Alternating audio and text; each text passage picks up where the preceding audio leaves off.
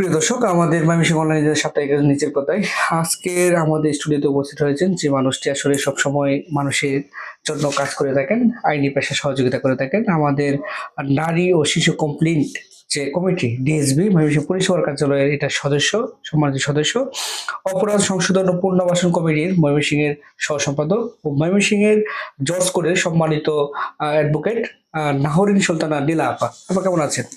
আলহামদুলিল্লাহ ভালো আছি। আপনি কেমন আছেন? আচ্ছা, আলহামদুলিল্লাহ।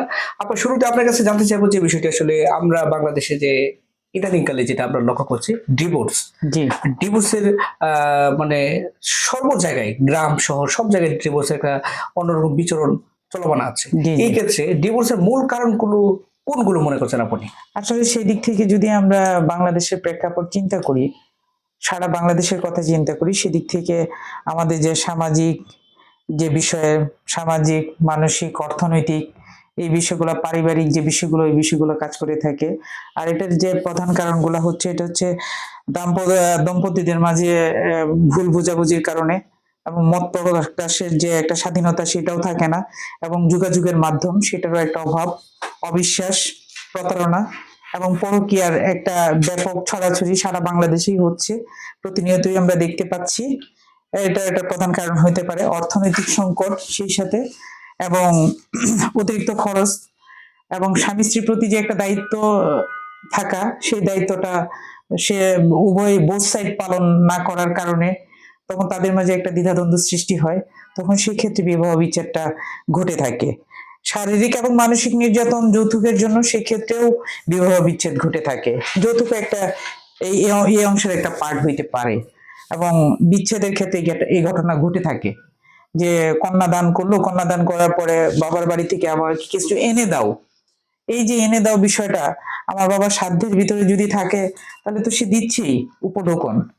এটাকে আমরা আইনি ভাষায় এখন যখন মামলার প্রক্রিয়া যায় তখন এটাকে বলে যে এটা গিফট করা, গিফট। গিফট। কিন্তু এটা আমরা আসলে তখন এটা যৌতুকের ক্ষেত্রে আমরা প্রতিনিয়ত এগুলার সম্মুখীন হচ্ছি এবং করে থাকি। এগুলো বেসিক্যালি মূল কারণ। এবং ফেসবুক, বাংলাদেশের প্রেক্ষাপটে এখন যে ধরনের ফেসবুক চালু হচ্ছে, একজন একজন একজনের মাধ্যমে আরেকজন যাচ্ছে। এরপরে হচ্ছে যে আরেকটা হচ্ছে যে বিদেশ থাকা, স্বামী বিদেশ প্রবাসে থাকা যারা প্রবাসে অবস্থানরত, সেক্ষেত্রেও কিন্তু বিচ্ছেদের সংখ্যাটা প্রতিনিয়তই হচ্ছে। এটা আমার বেসিক ধারণা থেকে মনে হয় আর কি। আর সম্পর্কের প্রতি একটা উদাসীনতা ভাব চলে আসে, তখন একজন আরেকজনকে ইগনোর করা শুরু করে। এই ইগনোর থেকেই মূলত ডিভোর্সের বিষয়টা চলে আসে। আরেকটা বিষয় হলো ডিভোর্সের যে বিচ্ছেদের পরিমাণটা বেড়ে যাওয়ার ক্ষেত্রে সবচেয়ে ভূমিকাটা বা কাদের দোষটা আপনি দিবেন? যারা আমি অবশ্য কাউকে এককভাবে দোষারোপ করতে পারি না। এখানে ছেলে মেয়ে বোথ সাইডই দোষারোপের অংশ হয়ে দাঁড়ায়। কারণ এক দোষে তো আর দোষী হয় না, বোথ সাইডটাই আপনাকে দোষারোপের পার্ট হয়। বিশেষ করে উভয় পক্ষের মধ্যে মনোমালিন্য ভাব থাকে, এবং সম্পর্কের তখন এই যে জেদটা থাকে, সেটা ছেলে বলেন আর মেয়ে বলেন, কেউ কাউকে মানতে চায় না। তখন আর সেই ক্ষেত্রে আমরা এককভাবে কাউকে দোষারোপ করতে পারি না, আমরা বোথ সাইডটাকেই দোষারোপ করি। ছেলে মেয়ে উভয়ই সমান। শুনশান পৃথিবীর নীরব আর্তনাদ, সিদ্ধ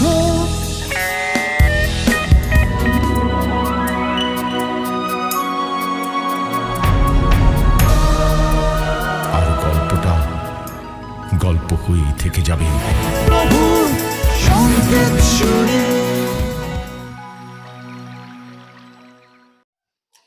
আরেকটা বিষয় হচ্ছে আসলে আমরা সাধারণত জানি গ্রামে এবং শহরে দুইটার মধ্যে একটা ডিফারেন্স থাকে। শিক্ষার হার বলেন বা অর্থনৈতিক ব্যাপারটা থেকে দুইটা ডিফারেন্স থাকে। এই ক্ষেত্রে ডিভোর্সের সংখ্যাটা গ্রামের বেশি না শহরে বেশি? আমি মনে করি যে আসলে গ্রামের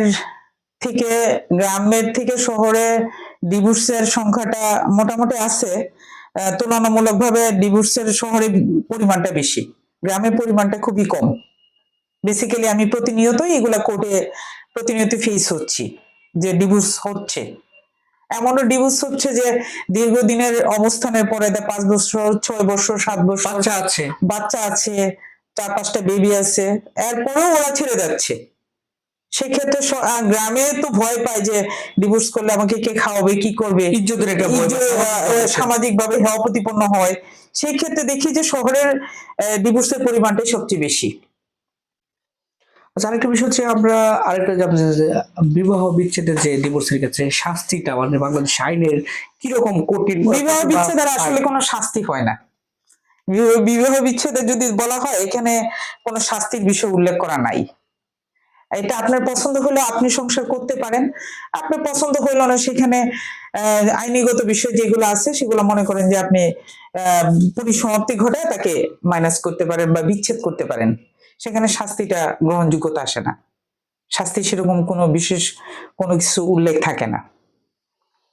আচ্ছা, আরেকটা বিষয় হচ্ছে বাংলাদেশে কত ধরনের বিবাহ হয়ে থাকে আসলে সাধারণত? আমরা আসলে বিবাহটা ধরন হয়ে থাকে, প্রথমত যদি ধরি আমরা তিন ধরন হয়ে থাকে। সেটা হচ্ছে আপনার আয়োজিত পারিবারিক ভাবে যেটা হয় সেটা, এবং ভালোবাসার একটা, আর একটা হচ্ছে যে অভিভাবকহীন, যে কেউ রইলো না, আমার পাশে কেউ রইলো না, সেই ক্ষেত্রে তখন তারা নিজেরাই কাজটা করে ফেলে। আচ্ছা, আরেকটা বিষয় জানতে চাইবো যে আপনার কাছে, এবং এখানে আরেকটা বিষয় আছে, যেমন সিভিল ম্যারেজ যেটাকে বলে, এই মৌলানা দিয়ে বিয়ে পড়ানো। আচ্ছা আচ্ছা, এটা এটা হয়তো অনেকে বলবে যে সিভিল ম্যারেজটা কি, এটা সব মৌলানা দিয়ে বিয়ে পড়ানো। আরেকটা হচ্ছে নিবন্ধিত, যেটা হচ্ছে কাজী ধারায় রেজিস্ট্রিকৃত, সরকারি নিবন্ধিত, এবং সেভাবে কিন্তু ডাটাবেজই তৈরি হয়। এবং মুসলিম আইন অনুযায়ী আরেকটা আছে যেটা, সেটা হচ্ছে যে আপনার বৈধ বিবাহ। বৈধ বিবাহ হচ্ছে যে শরীয়ত মোতাবেক যে তারা পারিবারিক ভাবে যে ইসলামী শরীয়ত মোতাবেক। আর বাতিল বিবাহ যেটা হচ্ছে রক্তের সম্পর্কের সাথে যদি কারো সম্পর্ক হয়ে যায় সেটাকে আমরা বাতিল বিবাহ বলতে পারি।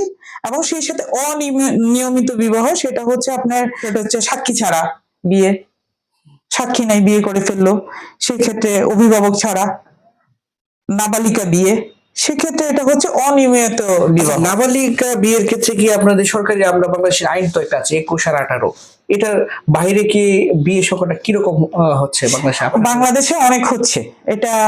এখন যতই যাচ্ছে ততই যদি আমি চিন্তা করি প্রতিনিয়তই হচ্ছে। আচ্ছা, আমি যদি গড় ধরি প্রতিনিয়ত, এটা অনেক সংখ্যা বলা যাচ্ছে না। এটা পরিসংখ্যানে আমরা বিচ্ছেদের সংখ্যাটা পাইছি, কিন্তু পরিসংখ্যান ব্যুরোতে যেটা, যে প্রতিনিয়ত 18 এরকম বিচ্ছেদ হইতেছে, কিন্তু বিয়ের যে পরিমাণটা সেটা এখনো সুনির্দিষ্টভাবে উল্লেখ করা নাই। আচ্ছা, আরেকটা হচ্ছে আমরা জানি যে হিন্দু আইনে বিয়ে কত প্রকার? হিন্দু আইনে বিয়ে 8 প্রকার। একটা হচ্ছে ব্রাহ্ম বিবাহ, দৈব বিবাহ, ওদের আসলে বিষয়গুলো কিন্তু অন্যরকম। আর্য বিবাহ, তারপর হচ্ছে পৈশাচ বিবাহ, রাক্ষস বিবাহ, আসুর, গান্ধব, এই বিবাহগুলা।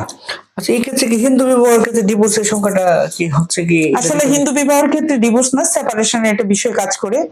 যদি আমার হাজবেন্ড ওয়াইফ হিন্দু, বিয়ের ভিতরে কোনো বিচ্ছেদ হয় না, সেখানে যদি উভয়ের সাথে যদি মনোমালিন্য হয়, তখন সেই ক্ষেত্রে সেপারেশনের বিষয়টা কাজ করতে পারে, এবং সেপারেশন ভাবে থাকবে এবং ওই অবগত করবে, ওদের কোনো বিচ্ছেদ হয় না। ওরা আলাদাভাবে, মেয়ে হলে ও আলাদাভাবে আমাদের দেওয়ানি পারিবারিক আদালতে মামলা করতে পারবে, বাচ্চার ভরণ পোষণ এবং তার ভরণ পোষণ সহ মামলা করতে পারবে। দর্শক, আমরা ময়মনসিংহ অনলাইন নিউজের সাপ্তাহিক আয়োজন নিজের কথায় আজকে আমাদের স্টুডিওতে উপস্থিত আছেন আমাদের প্রিয় মানুষ অ্যাডভোকেট নাহরিন সুলতানা নীলা আপা। আমরা আপার কাছে আবার জানতে চাইবো যে বিষয়টি আসলে আমরা ইসলামে ধর্মাবলী তালাক দিতে পারেন কিভাবে? পবিত্র অবস্থায়, মানে এটা হচ্ছে পবিত্র অবস্থায় তালাক প্রদান করতে হবে। আর এটা হচ্ছে তালাক প্রদান ইদ্যৎকালীন যে সময়টা আছে, যে 3 মাসের ইদ্যৎকালীন ভরণ পোষণ সহ একটা স্থায়ী একটা থাকে, ওই স্থায়ীও আপনি তালাকটা প্রদান করতে পারেন। আবার যদি মনে করে যে না, ওই 90 দিনের ভিতরে তারা বোথ সাইড মিলিত হবে, তখন সেই ক্ষেত্রে আবার তালাকটা কার্যকরী হয় না। তার মানে সুযোগ আছে? সুযোগ আছে। আবার আরেকটা আছে যে আমি 1 মাসে একবার তালাকের শব্দটা ব্যবহার করলাম, এটা পরবর্তী মাসে আরেকবার ব্যবহার করলাম, পরবর্তী মাসে আরেকবার ব্যবহার করলাম, 3 মাসে পর 3 মাস 3টা ব্যবহার করলে 90 দিনের ভিতরে এই তালাকটা কার্যকর হয়ে যায়। আচ্ছা আচ্ছা, আরেকটা বিষয় হচ্ছে আপনার কাছে জানতে হবে যে আসলে তালাক প্রদানের ক্ষেত্রে স্ত্রী যদি গর্ভবতী থাকে বা তাকে, তবে কি তালাক হবে কিনা একটা প্রশ্ন থাকে দর্শক। হ্যাঁ হ্যাঁ, সেটা অবশ্যই। এটা আপনি খুব একটা গুরুত্বপূর্ণ প্রশ্ন করছেন। এই ক্ষেত্রে অনেকেই দ্বিধাদ্বন্দ্বে ভুগে। সেক্ষেত্রে বলবো যে গর্ভাবস্থায় তালাকটা কার্যকরী হবে না, বাচ্চা ভূমিষ্ঠ হওয়ার পর এই তালাকটা কার্যকরী হবে। আচ্ছা, এই ক্ষেত্রে যদি দিতে চায় বা তাদের মধ্যে ডিপারেশন হয়ে গেল বা এটা নিয়ে, এটা হবে না, তারা কখনোই হবে না। এটা মুসলিম আইন অনুযায়ী কখনোই হয় না। এটা হয় নাই, এটা হবেও না। এটা বাচ্চা ভূমিষ্ঠ হওয়ার পরে দিয়ে এই তালাকটা কার্যকরী হবে। আচ্ছা, আরেকটা বিষয় হচ্ছে আমরা বিভিন্ন সময় বিভিন্ন কুসংস্কার যেটা বলা যায় হিল্লা বিয়ে, যেটা জি জি, হিল্লা বিয়ের ক্ষেত্রে আসলে ঘটনাটা কি? হিল্লা বিয়ে বলতে আসলে এটা একটা কুসংস্কার। আচ্ছা, আমি এটা মুসলিম আইন যদি পড়ে থাকি, যদি মুসলিম, আমরা যেহেতু বিবাহ বিচ্ছেদ নিয়ে কথা বলতেছি, সেই ক্ষেত্রে হিল্লা বিয়ে একটা কুসংস্কার। এটা গ্রামে প্রচলন বেশি। হ্যাঁ, গ্রামের যে যে একটা ধর্মের প্রতি যে একটা দেখানো, লোক দেখানো ভয়, যে এটা করলে এটা হবে, অমুকের কাছে বিয়ে হয়েছে, এখন একটা হিল্লা বিয়ে লাগবে। সেই ক্ষেত্রে এই প্রচলনটা বেশি গ্রামে হয়। আমাদের শহরে কিন্তু এই প্রচলনটা হয় না। হ্যাঁ। সেই জন্য হিল্লা বিয়ে শব্দটাই কুসংস্কার। আচ্ছা, আরেকটা বিষয় হচ্ছে আসলে পারস্পরিক মানে দুইজনের সম্মতিতে যখন তালাক দেওয়া হয় বা এটার ক্ষেত্রে আইনের কোনো বাধা আছে কিনা বা তাকে না, আইনে সেখানে কোনো বাধা আমি মনে করি না যে এখানে কোনো বাধা নাই, বাধা কোনো কাজ করবে না। আচ্ছা, আরেকটা বিষয় হচ্ছে যদি স্ত্রী মেয়ে তালাক দেয়, যেটা জি। স্ত্রী তালাক দেয়, তখন ক্ষেত্রে কি সেদের মনে টাকা পাবে কিনা? 100%, সেটা আরো বড় প্রশ্ন। সেটা অনেকেই বলে যে তোমাকে ছেড়ে দিলে তুমি কোনো টাকা পাবা না। সেটা ভুল। আচ্ছা, আমাকে যদি ছেড়ে চলেও যায়, তো আমাকে যদি তালাকও প্রদান করে, সেখানে কিন্তু একটা আইন অঙ্গনে যে অধ্যায়টা আছে পারিবারিক আদালত, ওই পারিবারিক আদালতে পারিবারিক মামলা করতে পারবে এবং দেনমোহর উইথ ভরণ পোষণ, এটার জন্য কি সে আবার একটা মামলা করতে হবে? হ্যাঁ, মামলা করতে পারবে। এবং এটা যদি কোনো সালিশের মাধ্যমে হয়, যেমন সরকারি লিগেল এইড আছে, ব্লাস্ট অফিস আছে, যেখানে আমি দীর্ঘদিন কাজ করেছি 2014 থেকে 2022 পর্যন্ত। তো আমি সালিশের মাঝখানে আমরা চাই না যে বাংলাদেশে একটা মামলা বেশি হোক, আমরা চাই যে একটা মামলা কম হোক, যাতে এটা মানে সলিউশন হয়ে যায়। হ্যাঁ, সলিউশন হয়ে যায়, মামলা যেন না হয়, ও যেন মামলা থেকে মুক্তি পাওয়া, বোথ সাইড যেন এটা প্রতিকার পায়।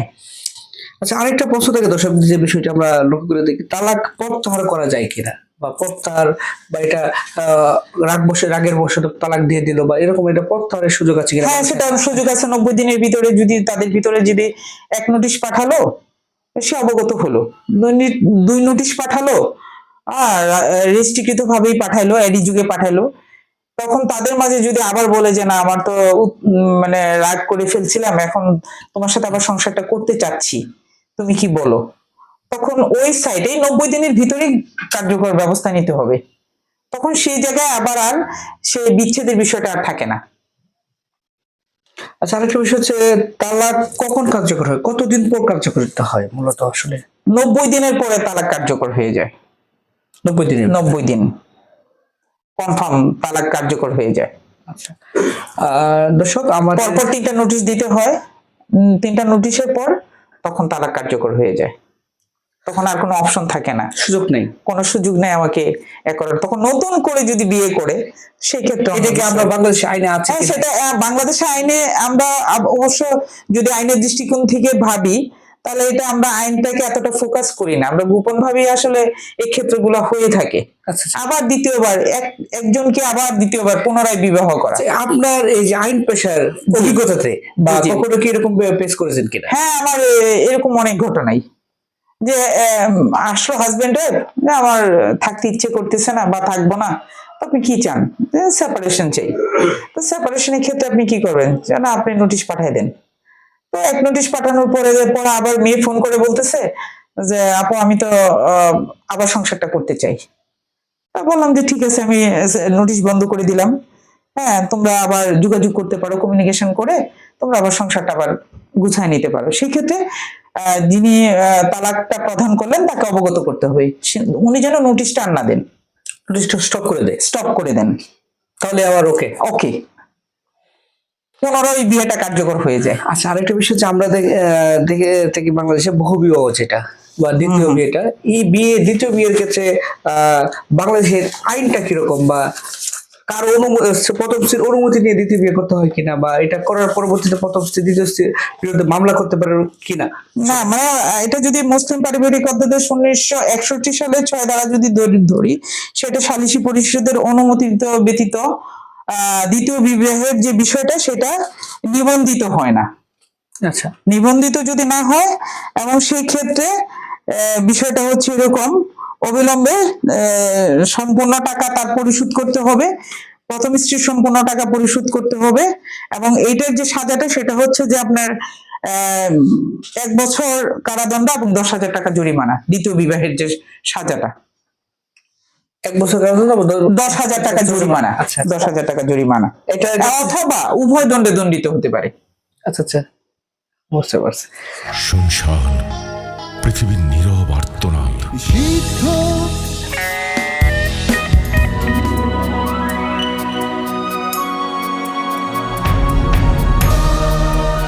আর গল্পটা গল্প হয়েই থেকে যাবে।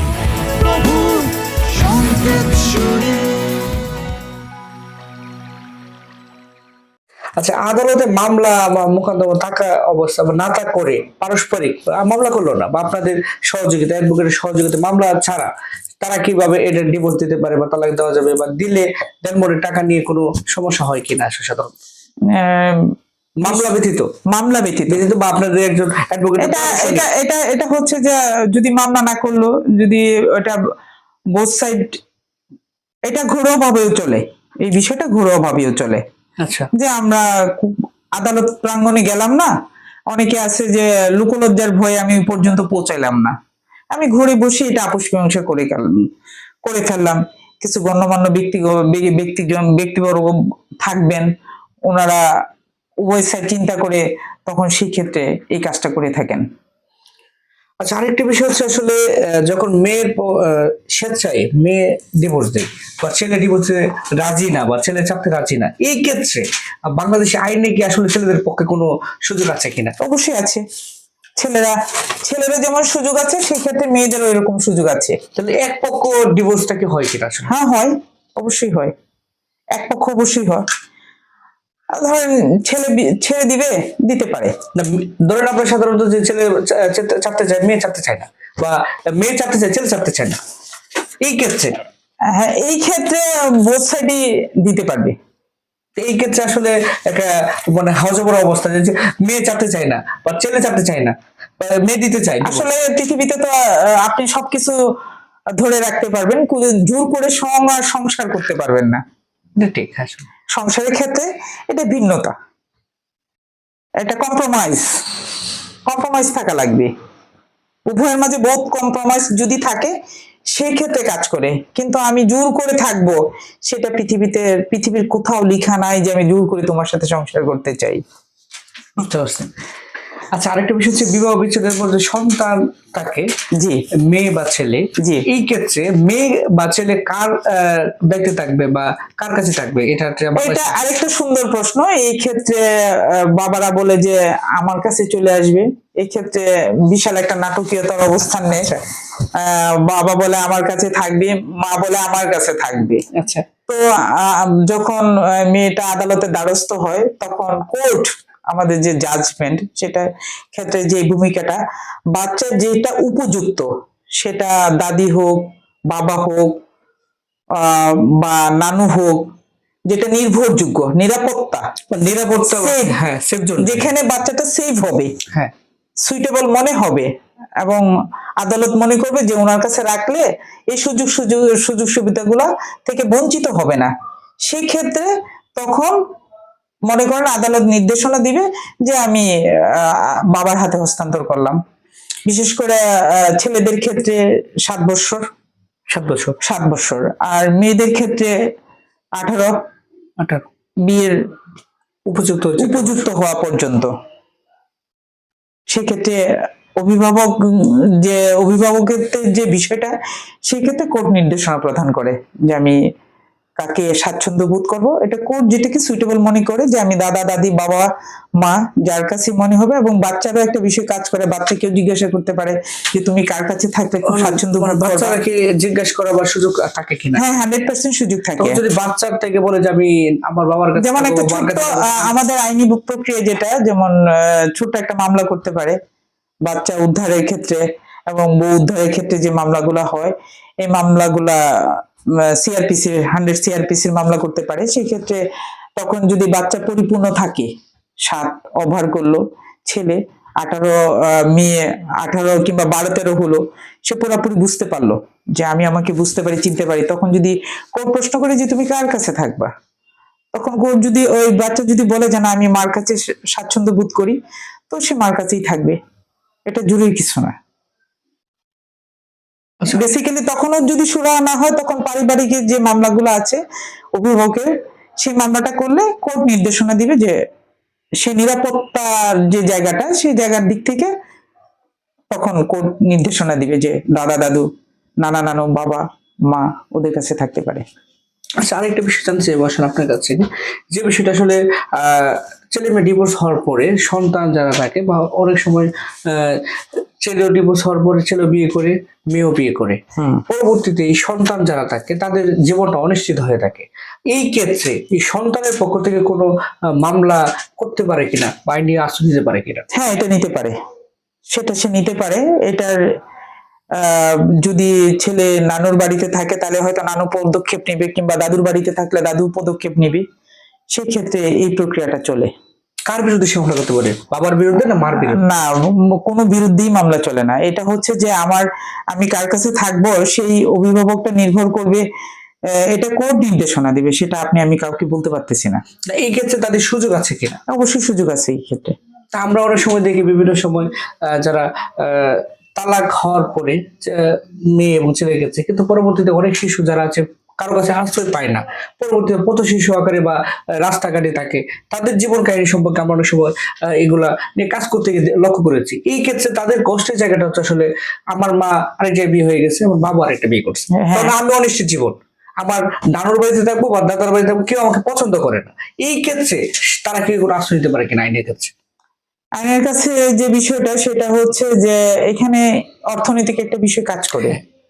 ওই যে আমি শুরুতেই বলছিলাম, একটা দারিদ্রতার বিষয় কাজ করে, মন মানসিকতা, ওই পরিবেশ এবং সবকিছু মিলে এভারেজ। সেই ক্ষেত্রে ধরেন যদি অর্থনৈতিক বিষয় পরিবারের দিকে সচ্ছল না থাকে, অসচ্ছল থাকে, তখন কিন্তু আইনি যে প্রক্রিয়াটা বা প্রতিকারটা সেটা সে ভালোভাবে পায় না।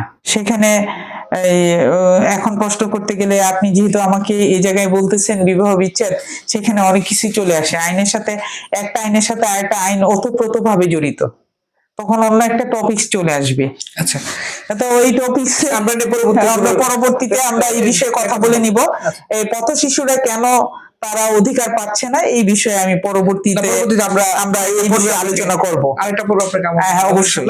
আর এখন এই বিষয়টা আসলে জানতে চাচ্ছি, মেরিজ সার্টিফিকেট, যেটা মেরিজ সার্টিফিকেট বা ডিভোর্স সার্টিফিকেট পেতে সাধারণ মানুষ কি হয়রানি করতে হয় কিনা বা পেতে পারে কিনা? না, কোনো হয়রানির শিকার হওয়া লাগে না। আচ্ছা, এটা ইজি বিষয়, এটা কোনো হয়রানির শিকার হওয়া লাগে না, এটা ইজিলি পাইতে পারে। এখন হয়তো ডিজিটাল ডাটাবেস, যেমন ন্যাশনাল আইডি কার্ড আছে, ওই আইডি কার্ডের উপর সার্চ দিলে চলে আসতেছে, নিবন্ধিত যদি থাকে। আচ্ছা, এখনো সেই প্রক্রিয়াটা সরকার চালু করছে কিনা আমি এন্ট্রি হয় নাই। তো সেখানে কাজী অফিস আছে, যেমন কবে বিয়ে হলো কি হলো, টোটাল বিয়ের তারিখ যদি বলতে পারে, টোটালটাই সংগ্রহ করতে পারবে। এটা খুব বড় ধরনের কোনো কিছু না, ছোট্ট একটা বিষয়। আচ্ছা, আরেকটা বিষয় হচ্ছে আমরা জানতে চাইবো যে ডিভোর্সের জন্য বর্তমান সমাজ ব্যবস্থাটা কি দায়ী কিনা, আপনার মনে করছেন কিনা? ডিভোর্সের জন্য সমাজ ব্যবস্থা তো দায়ী, আমরা নিজেরাও দায়ী। আচ্ছা, আমরা নিজেরাই সচেতন না। আমরা আসলে সংকর জাতি, তো আমরা আসলে মিশ্র প্রতিক্রিয়ার মধ্যে বসবাস করি। এক একজনের ভাব মূর্তি দৃষ্টিভঙ্গি এক এক রকম বিভিন্ন রূপ ধারণ করে।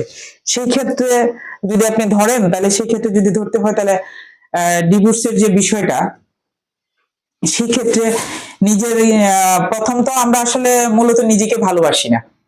আমরা আসলে নিজেকে ভালোবাসতে হবে। আমার ঘুম থেকে উঠে বলতে হবে যে আমি আমাকে ভালোবাসি। আমি এই কাজটা করবো, একটা রুটিন মাফিক চলে যেতে হবে এবং রুটিন মাফিক কাজ করতে হবে। অনিয়ন্ত্রিত লাইফে কখনোই সাকসেস আশা করা যায় না। এবং আমি ডিভোর্স কেন, যেভাবে আপনি যখন সম্পূর্ণ লাইফটাকে গঠন করবেন সেটা সৃজনশীল হইতে হবে। প্রত্যেকটা ক্ষেত্রে সৃজনশীল, প্রত্যেকটা কাজের পিছনেই একটা সৃজনশীল ভূমিকা থাকবে। সেখানে আপনি ভালোভাবে আপনি নিজেকে তৈরি করতে পারবেন। পরিবেশটা আপনি নিজেই তৈরি করে নিতে হবে, আপনাকে কেউ তৈরি করে দিবে না। এই সমাজ ব্যবস্থা এটা যে আপনাকে আপনার মতো করেই তৈরি করে নিতে আপনার হবে। জায়গাটা আপনাকে নিজে তৈরি করে নিতে হবে। হ্যাঁ, ডেফিনেটলি আপনার জায়গাটা আমার মতো করেই তৈরি করে নিতে হবে। প্রত্যেকটা মানুষ, প্রত্যেকটা জনগণ, প্রত্যেকটার মানুষের ভিতরে বিবেক, মনুষ্যত্ব, এটা যদি পুরোপুরি জাগ্রত করতে পারে যে আমার একটা ছোট্ট বিবেক আছে, আমার একটা ছোট্ট মনুষ্যত্ব আছে। বিবেক হচ্ছে মানুষের সবচেয়ে বড় আদালত। Yes. এবং এই আদালত যদি কাজ করে কোনো মানুষের ভিতরে, মানুষ শব্দটার ভিতরে, মানুষ শব্দটার ওজন অনেক বেশি, অনেক বিশাল। আমরা অনেক বেশি মানুষ শব্দটার ওজন, আমরা এই ওজনটা নিতে পারি না। আমরা অল্পতেই মানুষকে বিভিন্ন রকম অ্যাঙ্গেলে কথা বলে ফেলি, এটাও বলা উচিত না আসলে। ওটা বিচার বিশ্লেষণ করে বুঝে তারপর কথা বলা উচিত, আমি মনে করি। ধন্যবাদ। আমাদের আজকে স্টুডিওতে উপস্থিত ছিলেন নাহরের সন্তান নীলা আপা, অ্যাডভোকেট, ময়মনসিংহ জজকোর্ট। আবার দর্শক, আমরা আবার একটা জিনিস বলতে চাই, ময়মনসিংহে ব্রাদার্স কোর্পোরেট যে বিশ্বজন্যে আজকে ময়মনসিংহে অনলাইন নিউজের সাপ্তাহিক নিজের কথায় আমাদের অতিথির কাছে আরেকটি বিষয় জানতে চাইবো। আসলে আমরা জানি ফ্যামিলিগত বিয়ে বা প্রেমের বিয়ে বা একক বিয়ে, যেটা এই তিনটা বিয়ের ক্ষেত্রে কোন বিয়ের ক্ষেত্রে সবচেয়ে বেশি ডিভোর্সের সংখ্যাটা বেশি মনে করছেন আপনি আপনার অভিজ্ঞতা থেকে? আমি অভিজ্ঞতা থেকে বলি যে ভালোবাসার বিয়েতে ডিভোর্স হয় সবচেয়ে বেশি। এটা ভালোবাসা থেকে তৈরি। ভালোবাসাটা বেশি দিন টিকে না। ভালোবাসাটা প্রথম, এটা ভালো লাগা, ভালোবাসা। আবার এই এই এই এই দিক থেকে যদি চিন্তা করি, সেই ভালোবাসার সংজ্ঞাটার থেকেও এই ঘটনাটা ঘটে। আবার হচ্ছে যে অল্প বয়সে বিয়ে দেওয়াটা, সেই ক্ষেত্রে ঘটনাটা ঘটে থাকে। অল্প বয়সে চলে যাওয়া, পালিয়ে যাওয়া, এই ক্ষেত্রে ঘটনা ঘটে থাকে। আবার সচরাচর যে ঘটনাটা ঘটে যে পারিবারিক ভাবে বিয়ে হলো, বিয়ে হওয়ার পরে তাদের মাঝে এই ঘটনাটা ঘটে। প্রথম যদি আমি ধরি সেটা হচ্ছে যে এই ভালোবাসার বিয়ে, ভালোবাসার বিয়ে, এটা ডিভোর্সের সংখ্যাটা বেশি। ডিভোর্সের সংখ্যাটা বেশি। আরেকটা বিষয় হচ্ছে আপনার আইনি পেশার জীবনে এই তিক্ত অভিজ্ঞতা, যেটা ডিভোর্সের করার ক্ষেত্রে কোন একটা তিক্ত অভিজ্ঞতা দর্শকদের যদি বলতেন? ডিভোর্সের ক্ষেত্রে যদি তিক্ত অভিজ্ঞতা বলি, সে ধরেন একটা ছেলে বিয়ে করছে, তার বউ আছে। আবার আমি ধর্মটা একটু ভিন্ন দিকে নিয়ে যাচ্ছি, আমার প্র্যাকটিক্যাল, এটা আমার খুব প্র্যাকটিক্যাল একটা বিষয়। এটা এখনো আমাকে নাড়া দেয়, সবসময় নাড়া দেয় এবং প্রতিনিয়ত নাড়া দেয়, বিবেক নাড়া দেয়। বললাম যে আপনাদের সবচেয়ে বড় বিবেক হচ্ছে মানুষের, যে আদালত হচ্ছে বিবেক, এটা সবচেয়ে বেশি নাড়া দেয়। ছেলেটা বিয়ে করছে, বাচ্চাও আছে, তারপর আরেকটা মেয়েকে, হিন্দু মেয়েকে মুসলিম বানালো, তাকে বিয়ে করলো, ব্যবহার করলো, ওর ঘর থেকেও সন্তান জন্ম নিল, কিন্তু সন্তানটা টিকে নাই। পরবর্তীতে ওই দ্বিতীয় যে ধাপটা, সেটা হচ্ছে যে এই মেয়েকে খাবার দিচ্ছে না, কিন্তু তার প্রথম বউয়ের সাথে খুব ভালো সম্পর্ক, আচ্ছা, গুড সম্পর্ক, সে তাকে ছাড়বে না, তাকে ছেড়ে দিতে রাজি, কিন্তু তাকে ছাড়তে রাজি না। আচ্ছা, প্রথম স্ত্রীকে ছাড়তে রাজি না, কারণ ওখানে অলরেডি একটা মেয়ে সন্তান আছে। নাম না বলে, নাম না বলাটাই ভালো। রিসেন্ট আরেকটা মেয়ে সন্তানের জন্ম হয়েছে। সেক্ষেত্রে মেয়েটা চিন্তা করলো যে আমাকে হিন্দু থেকে মুসলিম বানালো, তো আমি এখন আর কি করব। তখন সেই ক্ষেত্রে ডিভোর্সের পর্বটা চলে আসে। ডিভোর্সের পর হ্যাঁ, তখন সেখানে আমি ডিভোর্স করাই। ডিভোর্স করানোর পরে তখন মেয়েটার সুখের কথা চিন্তা করে দ্বিতীয় বিবাহের একটা ভালো একটা ছেলে দেখে তখন আমি তাকে আবার পুনরায় বিয়ে দিই। আচ্ছা, এইটাই কার্যক্রমটা আপনি করেছেন? হ্যাঁ, এই কার্যক্রমের এবং শুরু থেকে শেষ পর্যন্ত এখনো আছি, চলমান। ধন্যবাদ, একটা ভালো কাজ করেছেন। আরেকটি বিষয় জানতে চাইবো আপনার কাছ থেকে, যে বিষয়টা আসলে আমরা লক্ষ্য করি সমাজে, যে সবসময় যে সামাজিক যোগাযোগ মাধ্যম বা অন্য মাধ্যম বা কমিউনিকেশন মাধ্যম, যেটা যোগাযোগ করার মাধ্যম, ফোন, স্মার্টফোন, আগে ছিল আমরা ক্যাটালগ ফোন, আর এখন স্মার্টফোনে আসাতে হোয়াটসঅ্যাপ, ইমো, এভরিথিং, এই যোগাযোগ মাধ্যমের কারণে কি ডিভোর্সের সংখ্যাটা বাড়ছে বা পরকীয় সংখ্যাটা বাড়ছে, কোনটা মনে করছেন আপনি? না পরকীয়ার জন্য ডিভোর্সের সংখ্যাটা বাড়ছে? না, আমি বোথ সাইড ধরে নিব, আমি বোথ সাইডটাই ধরে নিব। আচ্ছা, আমি যদি ধরি তো আমি উভয় সাইড ধরেই কথা বলবো। জি বলেন। বোথ সাইড, একে তো ফেসবুক, সেটা তো আছেই, পরকীয়া তো সেটা আর বলতে হয় না।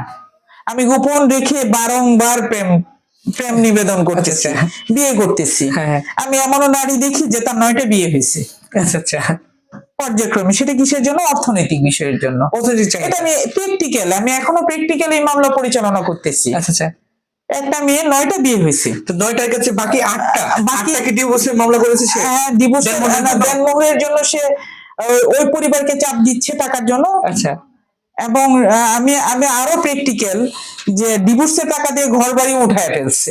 মানে তার একটা বিজনেস, এটা একটা বিজনেসের পর্যায়ে চলে গেছে। তার মানে বাংলাদেশে চলে। বাংলাদেশে চলতেছে, এবং এটার উদাহরণস্বরূপ কিছু কিছু আছে।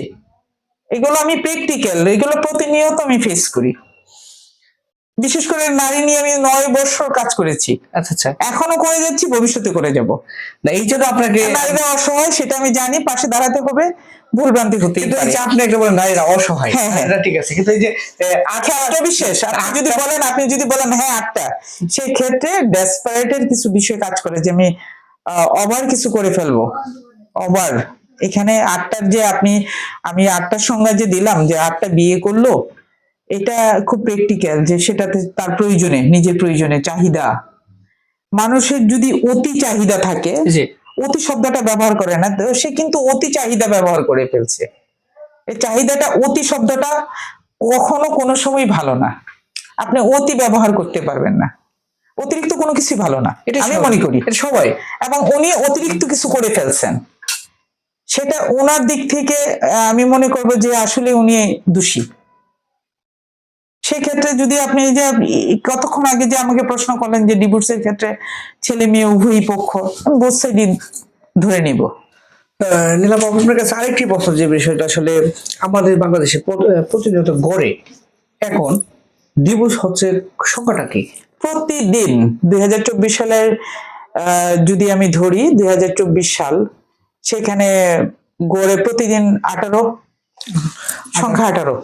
আচ্ছা, এই ক্ষেত্রে পরিসংখ্যান ব্যুরো অনুযায়ী। আচ্ছা, এই সংখ্যার ক্ষেত্রে স্বাবলম্বী যারা বা কর্মমুখী জি, বা আপনার ইনকাম সোর্স যাদের আছে, এই ক্ষেত্রে সংখ্যাটা কাদের বেশি? ইনকাম সোর্স যাদের আছে এদের, নাকি আমরা যারা স্বশিক্ষিত, মানে জাস্ট নাম লিখতে পারে, শিক্ষার হার আছে, আর কিন্তু যারা শিক্ষিত, এই ক্ষেত্রে কোন সংখ্যাটা বেশি মনে করছেন আপনি ডিভোর্সের ক্ষেত্রে? ডিভোর্সের ক্ষেত্রে? ডিভোর্সের ক্ষেত্রে এখন যেটা হচ্ছে, গণহারে ডিভোর্স হচ্ছে। আচ্ছা, সেখানে অর্থনৈতিক বলেন, স্বশিক্ষা বলেন, শিক্ষিত পরিবারের মাঝেই ডিভোর্সের সংখ্যাটা সর্বোচ্চ বেশি। হুম। আর অর্থনৈতিক বিষয় তো আছেই, অর্থনৈতিক বিষয় তো সেটা তো ডিভোর্সের ক্ষেত্রে 100% আছে। যারা স্বাবলম্বী হয়ে যাচ্ছে, স্বাবলম্বী হয়ে যাচ্ছে, তোমাকে আর লাগবে না, আমার প্রয়োজন নাই।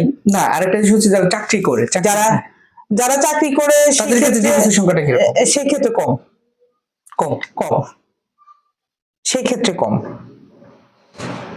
আচ্ছা, আরেকটি বিষয় হচ্ছে, আমরা জানি সাধারণত সমাজে বিভিন্ন সময় যেটা লক্ষ্য করে থাকে যে কোন ফ্যামিলিতে মা কেন্দ্রিক হলে বা মার আধিপত্যে চলা ফ্যামিলি গুলো, বা এই ক্ষেত্রে মেয়েদের সংসার টিকে না, বা ডিভোর্সের সংখ্যাটা বেশি যায়, বা ডিভোর্সের দিকে চাই, এই ক্ষেত্রে আপনি কি বলবেন? সেটা একটা ভালো প্রশ্ন, সেটাও আমি ফেস হয়েছি জি, এবং হচ্ছি। এই অভিজ্ঞতা যদি আপনি হ্যাঁ, সেটা হচ্ছে মা কর্তৃক, যেমন নাম না বলি, এরকম নাম বললে তো সমস্যা। সেটা হচ্ছে যে মার ধারায় পরিবার চালিত হচ্ছে। জি পিতৃতান্ত্রিক সমাজ ব্যবস্থা থেকে মাতৃতান্ত্রিক সমাজ ব্যবস্থা চলে যাচ্ছে। জি, ডিজিটাল বাংলাদেশ, হ্যাঁ আমরা যদি বলি ডিজিটাল বাংলাদেশ। এখন মাই ওভারঅল হ্যাঁ, পরিবারের হর্তাকর্তা। সেক্ষেত্রে যদি মা একটা মেয়েকে কন্যাদান করার পরে যদি সেখানে কোনো ধরনের হস্তক্ষেপ করে, সেই সংসারে আর টিকে না। এবং এটা হচ্ছে, এটা আমরা প্রতিনিয়ত দেখছি, সালিশ করছি কোনো না কোনো। এখন হয়তো আমি ব্লাস্ট অফিস থেকে আপাতত বিদায়, কিন্তু যে সালিশগুলো নারী ও শিশু complain committee, DSB, Mymensingh police super কার্যালয়, সেখানে এই বিষয়গুলো উল্লেখ থাকে আর বেশি কি। থাকে। আমরা সেগুলো সালিশ করে থাকি। শুধু ডিভোর্স না, আরো অনেক ধরনের বিষয়েও কাজ করে। সেখানে মা বাবার ভূমিকাটা সবচেয়ে কম।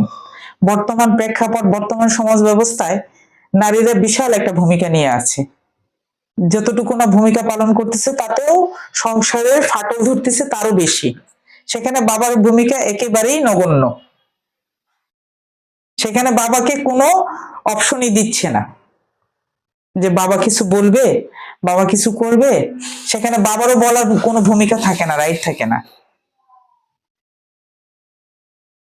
আরেকটা হচ্ছে এই ক্ষেত্রে আমরা জানি যে বাবা চাকরি করে, বাবা ব্যবসা করে, ব্যস্ত থাকে। জি। এই ক্ষেত্রে পরিবারের দায়িত্বটা মার উপরে থাকে। জি। বা এই ক্ষেত্রে মার কেন্দ্রিক হয়ে যাওয়াটা বা পরবর্তী সংসারের ক্ষেত্রে মায়ের আধিপত্য দেখানো বা তার মেয়ের জামাইকে তার মতো করে চালানো হ্যাঁ। বা তার ফ্যামিলিকে কন্ট্রোল করা, এই কারণে কি ডিভোর্স হয় কিনা?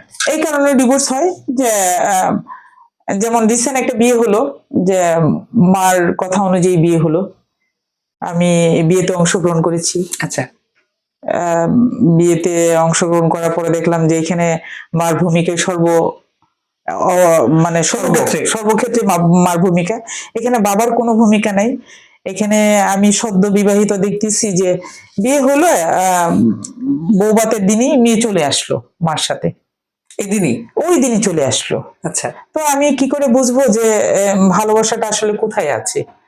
সেখানে তো টুডে টুমোরো সেটা বিচ্ছেদ ঘটবেই, আমি ধারণা করতেছি। আমার ধারণা থেকে মনে হচ্ছে। এবং রিসেন্ট বিয়ে 2025 সালের একটা পারিবারিক ভাবেই বিয়ে, কিন্তু সেটা মার কর্তৃত্বে বিয়ে, বাবার সেখানে কোনো ভূমিকা নাই। শুনশান পৃথিবীর নীরব আর্তনাদ।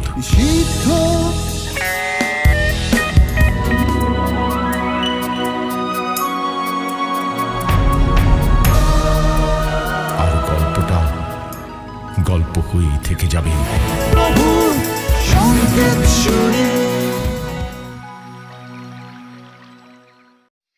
আচ্ছা, আরেকটি বিষয় হচ্ছে আপনাদের কোর্ট ম্যারেজ করার ক্ষেত্রে যে কোর্ট ম্যারেজের বিয়েগুলো হয় সাধারণত যে প্রাপ্তবয়স্ক না কিন্তু কোর্ট ম্যারেজ হয়, এই ক্ষেত্রে কি প্রক্রিয়াটা গ্রহণ করতে দর্শক? আসলে কোর্ট ম্যারেজ দর্শকের উদ্দেশ্য যদি আমি বলি, আসলে কোর্ট ম্যারেজ না, এটা আসলে বিয়ে না। আচ্ছা। বিয়েটা মূলত হচ্ছে নিবন্ধন হইতে হবে, কাজের মাধ্যমে বিয়ে পড়াইতে হবে, রেজিস্ট্রিকৃত হইতে হবে। কোর্ট ম্যারেজ বিয়ে না, এবং এটা আইনে গ্রহণযোগ্যতা আসে না। সেখানে যদি কোনো নারী অসহায় কিংবা সেক্ষেত্রে যদি বিয়েও করে, সংসার করে, তখন মামলা করতে গেলে সেই ক্ষেত্রে খুব বিপাকে পড়ে যায়। কাবিননামা ছাড়া মামলা গ্রহণ করা যায় না। আচ্ছা, এই ক্ষেত্রে আপনি যেটা বললেন কাবিননামা ছাড়া মামলা গ্রহণযোগ্য না, কিন্তু আমাদের যে আগের প্রজন্ম যেটা ছিল সেটা তো ছিলই। আগের প্রজন্ম তো আমি মেনে নিচ্ছি না। আমি তো ডিজিটাল বাংলাদেশে অবস্থান করতেছি। আগের প্রজন্ম এই কাবিনটা দেখে নাই, ওরা বলছে সংসার করতে হবে, বাবা সংসার করো। তখন ডিভোর্স তো হয়ই নাই, ডিভোর্স মানে শুনতোই না, ওই শব্দটাই ছিল না। যতই আমরা ডিজিটাল হচ্ছি প্রতিদিন, ডে বাই ডে, প্রত্যেকটা দিন, প্রত্যেকটা সপ্তাহ এবং প্রতি মুহূর্তই যদি আপনি ভাবেন, তাহলে দেখবেন যে আমাদের চিন্তা ভাবনা গুলো মিনিটে মিনিটে পরিবর্তন হচ্ছে। আমরা এক জায়গায় স্থির না, আমরা অস্থির। নতুনত্বের হ্যাঁ, আকর্ষণ, এতটা আকর্ষণ করে, আকর্ষণের জায়গায় পরে বিকর্ষণটা কাজ করে, সেই ক্ষেত্রে ডিভোর্সের বিষয়টা চলে আসে। ধন্যবাদ। আমাদের আজকে স্টুডিওতে উপস্থিত ছিলেন নাহরিন সুলতানা নীলা আপা, আমাদের ময়মনসিংহ জজ কোর্টের অ্যাডভোকেট।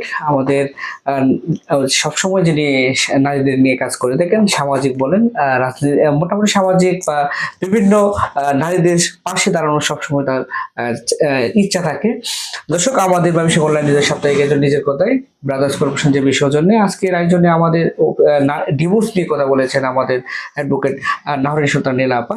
আমরা দর্শক আপনাদের এলাকায় ঘটে যাওয়া কোনো পরিকল্পনা বা গল্প বা সামাজিক, রাজনৈতিক যে কোনো বিষয় নিয়ে যাদের তুলে আনার দরকার প্রয়োজন পড়ে, সেগুলো বিষয় নিয়ে আমাদের যে ময়মনসিংহ অনলাইন নিউজের সাপ্তাহিক আয়োজনে উপস্থিত হতে পারেন। আপনাদের নিয়ে কথা বলবো, আপনাদের সামাজিক সমস্যা এবং রাজনৈতিক এবং শিক্ষা এবং পারস্পরিক আইনি সহযোগিতা দরকার। সুতরাং আপনারা ময়মনসিংহ অনলাইন নিউজের পক্ষ থেকে আমরা এই কার্যক্রম চলমান থাকবে নিজের কথায়।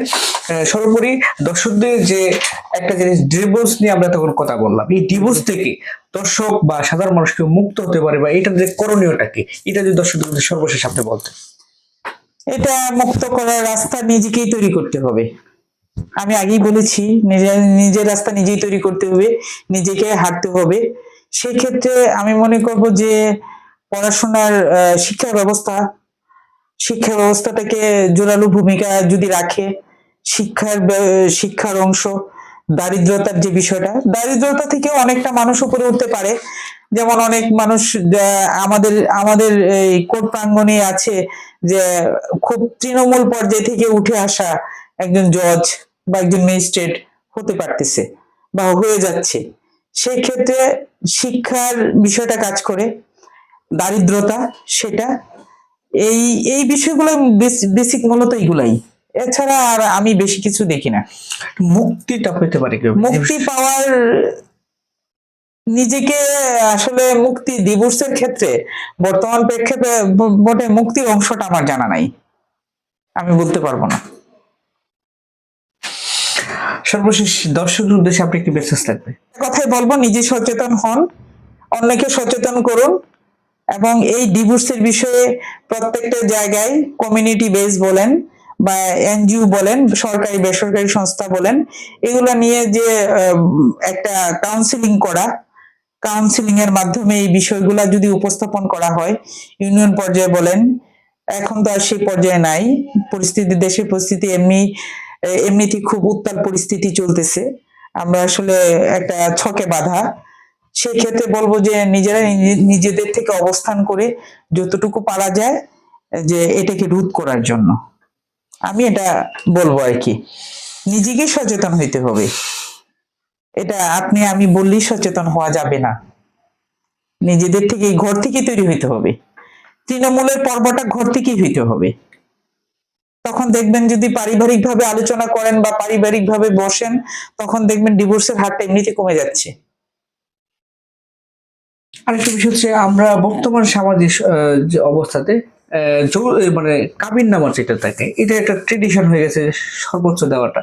এই মানে আমরা এই ক্ষেত্রে ডিভোর্সের একটা জিনিস প্লাস পয়েন্ট দেখে যে টাকা কাবিন নামাটা বেশি থাকে, বা তখন ডিভোর্সের দিলে টাকাটা পেয়ে যাচ্ছে। এই ক্ষেত্রে আপনি কি বলবেন?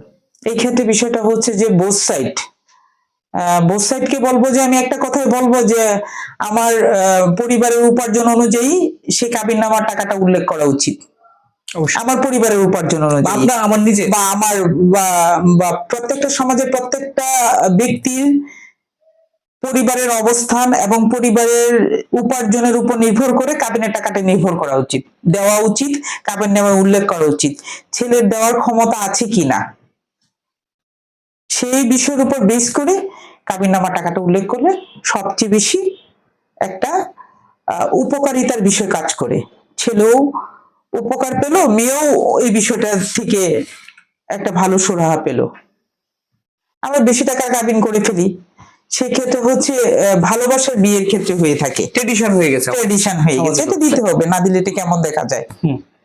কিন্তু অনেক জায়গায় দেখেন 1 টাকারও কাবিন আছে, হ্যাঁ, অনেক জায়গায় দেখা যায় যে কাবিনের টাকাটাই উল্লেখ নাই, এটা পরিশোধ লিখা, হ্যাঁ, কাবিন নামা এটা পরিশোধ লিখা, এই বিষয়টা উল্লেখ থাকে। আমরা চাই সুন্দর একটা সমাজ ব্যবস্থা, এবং এই সমাজ ব্যবস্থার মাধ্যমে আমরা প্রত্যেকটা মানুষকে সচেতন হইতে হবে, এবং নিজেও সচেতনমূলক আলোচনা বলেন, মিটিং বলেন, কাউন্সিলিং, ইউনিয়ন পরিষদ বলেন, জেলা পরিষদ বলেন, বা মহিলা পরিষদ বলেন, তৃণমূল পর্যায়ে বলেন, সবগুলা থেকে আপনার এই বিষয়গুলাকে তুলে আনতে হবে। আমার মনে হয় বিচ্ছেদের অংশগুলা থেকে যদি আমরা চিন্তা করি, একটা ডাটাবেস তৈরি করলে সবচেয়ে ভালো হয়, যে বাংলাদেশের কোন কোন জায়গাগুলোতে সর্বোচ্চ বিয়ে হচ্ছে, ওই জায়গাগুলোতে কাজ করতে হবে।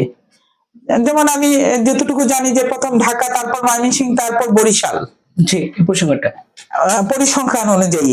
সেই ক্ষেত্রে যদি ওই জায়গাগুলোতে কাজ করা যায় বেজ অনুযায়ী, জেলা অনুযায়ী, বিভাগ অনুযায়ী, তখন এটার একটা ফলপ্রসূ আশা করা যায় যে আমরা বিচ্ছেদের বিষয়টা, সংখ্যাটা কমানো যাবে।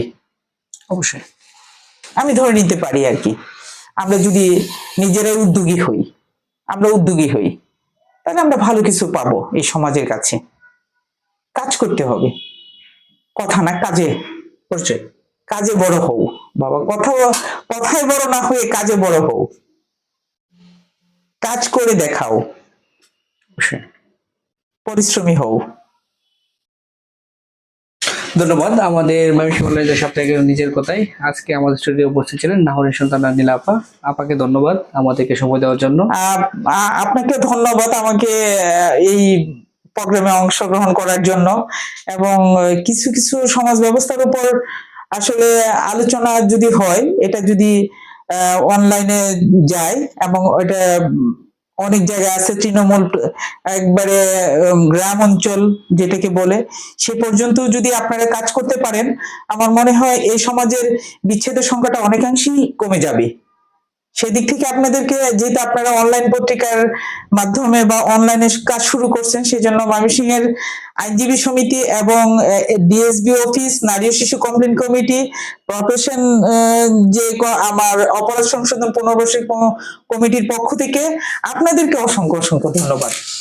আমরা ধন্যবাদ জানাই আমাদের ময়মনসিংহ অনলাইন নিউজের পক্ষ থেকে আপনাকে। আসলে আমরা পরবর্তীতে কোনো পর্বে আপনাকে আরো কোনো বিষয় নিয়ে আমরা কথা বলার সুযোগ করে দেওয়ার চেষ্টা করব। ধন্যবাদ দর্শক, আমাদের ময়মনসিংহ অনলাইন নিউজের সাপ্তাহিক আয়োজন নিজের কথা, এতক্ষণ আপনার সাথে ছিলাম নজরুল ইসলাম জুয়েল। সবাইকে ধন্যবাদ জানিয়ে বিদায় নিচ্ছি। ধন্যবাদ।